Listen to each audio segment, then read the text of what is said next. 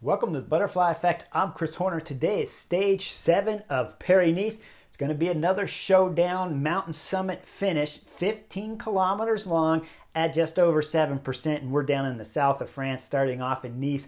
These mountains are always spectacular. They're hard. I lived a couple years down here in the south of France in Nice proper, and we train these roads all the time. Super complicated, difficult roads because they're narrow, twisty left and right. And just each time the pitches can be really hard once you start climbing proper. When you're going through the valley, it's a slow drag of 4 and 5%, which means you need to have your whole team around you. But once the climb starts proper, it's going to be stiff and hard all the way to the top of the climb. So Tadej Pogačar is going to have to be on his A game here for UAE team members. Now, when the racing starts, we're about 60 kilometers into the race, and there's a massive break up the road of just under 20 riders. What's first noticeable about this break is that there's no Ineos riders in there, there's no Jumbo-Visma riders in there, and of course, Jayco Alula don't have riders in there to put much of a threat on Tadej Pogačar either. Best place rider in there, Remy Cavagna from Soudal Quickstep. He's at about 3 minutes, 20 seconds down on the general classification. So that can put some pressure on UAE team members. But if one of the bigger teams like Jumbo, Ineos, or of course Jayco Alula had guys in there, they could pull this break along and start making it a little bit more complicated for UAE team members. Instead, when we see the camera goes back to the peloton, it's UAE team members on the front, and then there's a bit of a battle fighting curb to curb for the teams to come into the start of the next climb coming up here on stage 7. Ineos win the battle and they're at the front. When we scan back to the back of the peloton, we're going to see Romain Bardet. He's going to have a bike issue. He's going to get a switch from his mechanic. His mechanic's going to give him a push, and his mechanic is a big old knucklehead at this moment. Guys, he's pushing with his left hand between the rider Bardet and the concrete wall, and he has his right hand up on the handlebars of Bardet's bike. Now this is crazy because whoever controls your handlebars is going to decide where you steer and go, right? So the mechanic not only is just pushing on his handlebar, but has his hands wrapped underneath. As you see, the mechanic starts pushing Bardet. It's pushing Bardet straight into the concrete wall, which is squeezing the mechanic too, because he's between the two. Then he'll let go of the handlebars with his hand, and then he'll push on his elbow and cause Bardet to start going the other direction. This is a complete knucklehead move. Now, I learned this one time when I was very young, training with a partner of mine, Stan Bunn, back from the Swami days, and we were both sitting up like this, no hands on the handlebar, and I reached over and just tapped his handlebar. I meant to just to touch it and scare him that I was going to move his handlebar, and instead I leaned a little too far over, tapped his handlebar, and his bike came straight at mine, and we bounced off each other and luckily held it up. And luckily Bardet's mechanic didn't cause Bardet to crash here because he's a threat on the general classification. Now with the push from the mechanic, we'll see two teammates from Romain Bardet, DSM, waiting for him, and they'll get him back up to the peloton. But when the peloton goes when the cameras go to the front of the peloton, though, we see Ineos is going in full flight. It's Omar Fraley up there, and he's driving it hard, blowing the peloton up to pieces. He's got it reduced down to about a 30, 40 rider group up there, and everybody's single file line on these narrow, twisty roads. It's not quite uphill proper, but it's going to go up, and then it's going to drop down a little bit, and you see the speeds through the corner of Omar Fraley up there, so you know the guys in the back of the peloton are holding on for dear life.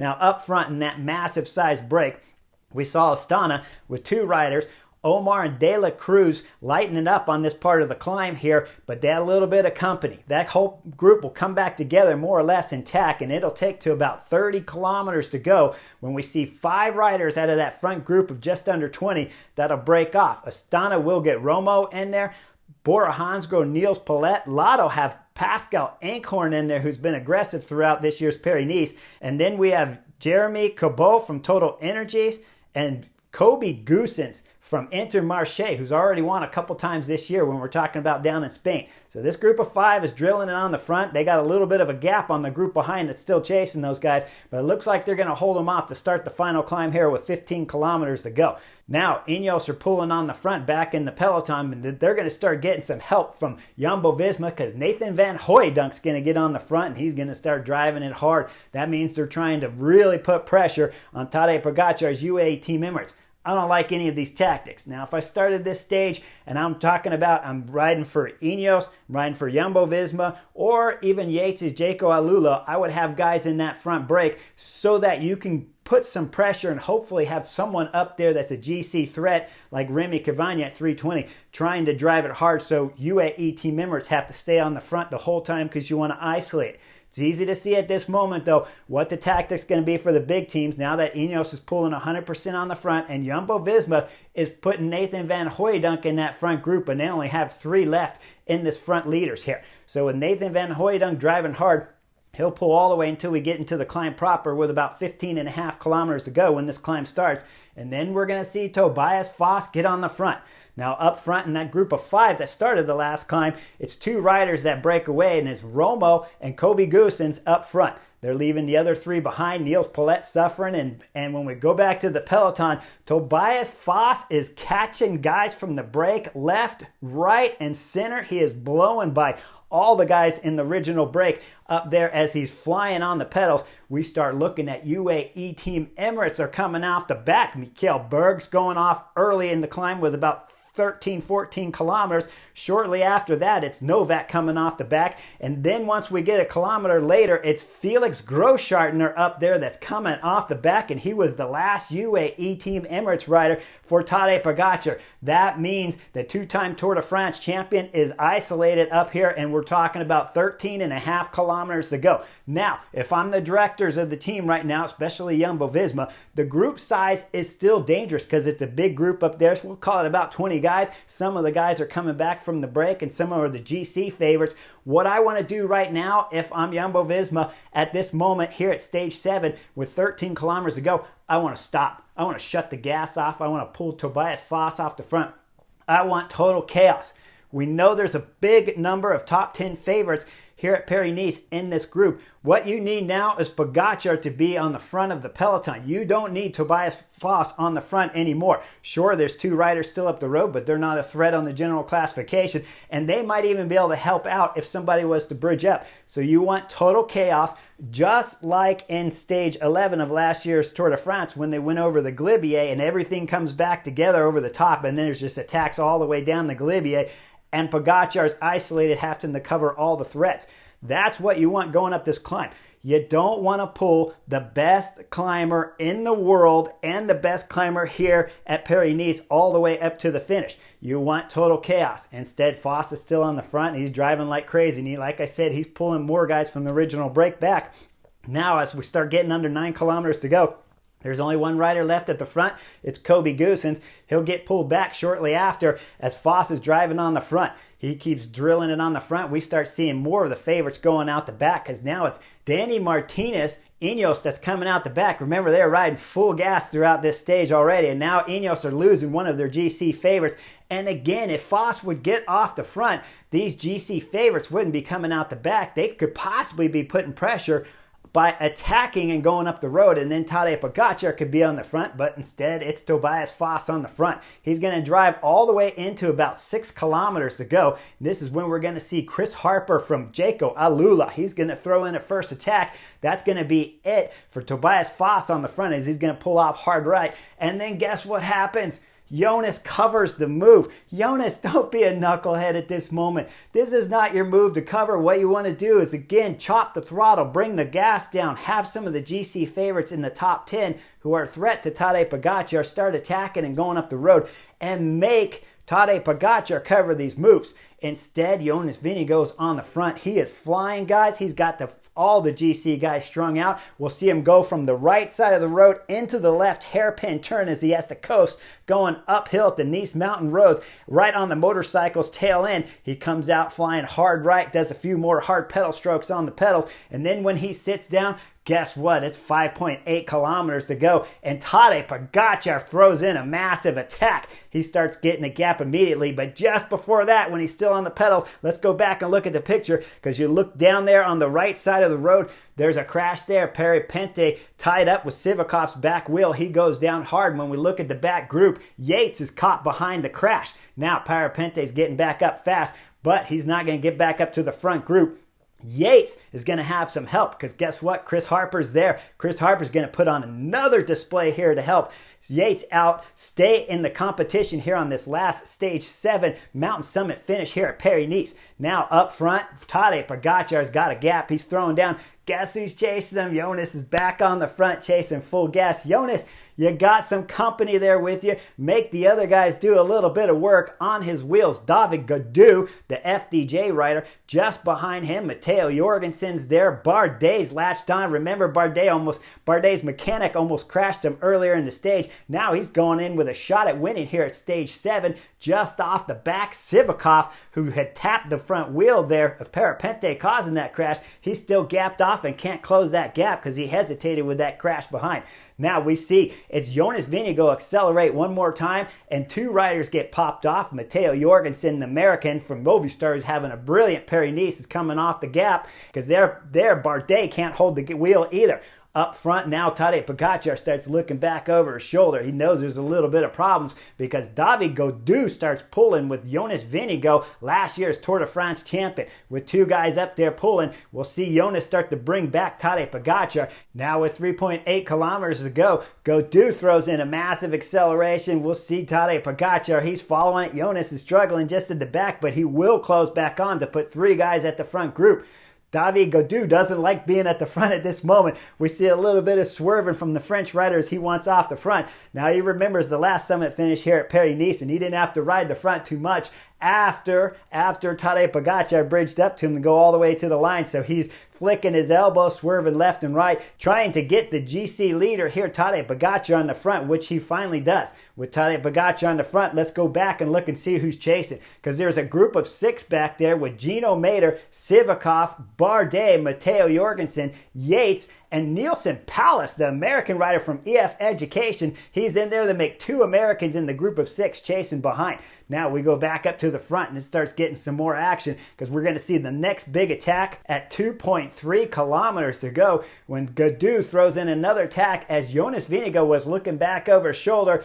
Gaudu was throwing in a massive attack. With this attack, we got Tadej Pogačar latched onto his wheel, but Jonas is having big time problem back there as he's getting gapped from the 2 leaders up front. We go back down the hill to look at that group of 6. We saw Adam Yates throwing in big time attacks to try to reduce the size of that group. And then we saw Nielsen Pallas throwing in big time attacks around 2 kilometers to go. We fast forward back up to the front. It's about 1 kilometer to go. Jonas Vingegaard is doing everything he can to close the gap, and he's got it almost closed at 1 kilometer to go. He'll close it at about 900, and then we'll see David Gaudu, who's on the front. He's going to go to sit up, and what he's doing is sitting up. He's trying to dry his hands. The hands get really slippery when you're sweating like this on these summit finishes, so he knows the sprint line's coming up here really soon, and as he sits up to go wipe his hands dry on his shorts, Jonas Vingegaard throws in a massive attack just near the finish line here of Stage 7. He doesn't get too far as Tadej Pogačar's flying around the right side of Jonas Vingegaard, and then David Gaudu is going to do the same thing. Tadej Pogačar will punch it all the way to the line and celebrate another stage victory here at Paris-Nice, but just crossing the line a second behind him is David Gaudu, and just a couple seconds back of that's going to be Jonas Vingegaard to round out the podium. Now we go further down, start looking at that group of 6 back there. Adam Yates crosses the line for 4th. Nielsen Pallas for 5th. Gino Mader gets 6th. In 9th place is Matteo Jorgensen, only 40 seconds back from Tadej Pogačar's first place finish here at Stage 7. Now, when we look at the interviews, Tadej Pogačar is asked why did he go so early, and he said he wanted to reduce the size of that group. There was no reason to attack at 5.8 kilometers to go. It was a knucklehead move, basically. And another move that reminds me of Stage 11 of last year's Tour de France, where Tadej Pogačar is making a tactical mistake. If Jonas Vingegaard's on the front, drilling it like crazy already, which he shouldn't be, that was a knucklehead move. And so was all the moves that Jumbo did after they dropped all of the UAE Team Emirates helpers for Tadej Pogačar at 13 kilometers to go. They should have just backed off. But Tadej Pogačar saying he wanted to reduce the size of that group. You didn't have to. Jonas was already reducing it for you, and he was already covering the earlier attacks, and he's the threat on general classification, along with David Gaudu, the FDJ rider who finished 2nd on the stage. When you really break this stage down, Tadej Pogačar saying that he thought it went perfectly. I'm saying it was kind of a bit of a knucklehead move in terms of going at 5.8 kilometers and putting yourself under threat. You have two riders back there pulling, and you never want to be in the wind until you know you can go all the way from the moment you attack to the line and drive it and gain as much time as possible. Instead, what we saw today's stage, Jonas Vingegaard had some help from David Gaudu back there, the FDJ rider, and that's why they're able to bring back Tadej Pogačar. And then because Tadej Pogačar is in the wind, all of a sudden now everybody's level starts becoming a little bit more even and on par with each other, and we don't see those big time gaps. With that acceleration at 5.8 kilometers ago from Tadej Pogačar, remember, because he has to deaccelerate once he's caught at 4 kilometers ago, that allows those groups behind to all stay closer.